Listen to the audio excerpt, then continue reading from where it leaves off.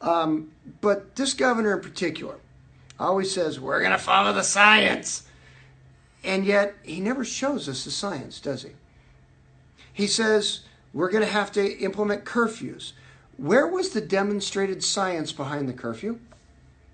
At what point did he ever lay out objectively the case that said, here's where they've implemented curfews, and this is what it did to reduce case rates.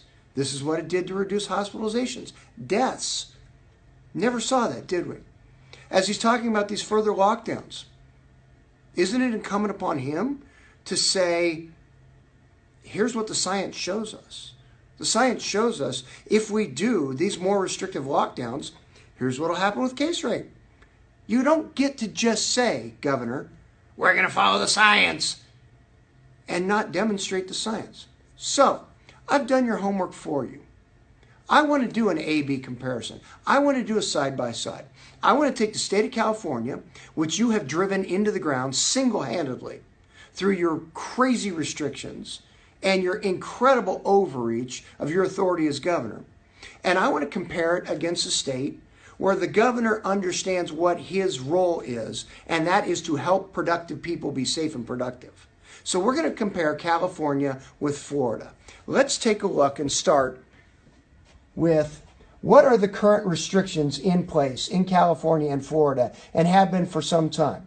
California, churches restricted, schools restricted, youth sports restricted, restaurants, gyms restricted. California, mask mandates in place, curfews in place. Florida, no curfew, no mask mandate. In fact, Ron DeSantis actually went so far as to issue an executive order prohibiting local governments from adopting local mask mandates. In Florida, gyms, restaurants, youth sports, schools, churches, all open. Now, the science, if it's there, would tell us that shutting down obviously is going to result in fewer cases, fewer hospitalizations, and fewer deaths, right? I mean, if we're following the science, here it is. Here's a perfect A-B. Let's take a look. New cases. This is through month of November up to yesterday. This is new cases for total population. California is the blue line. Florida is the orange line.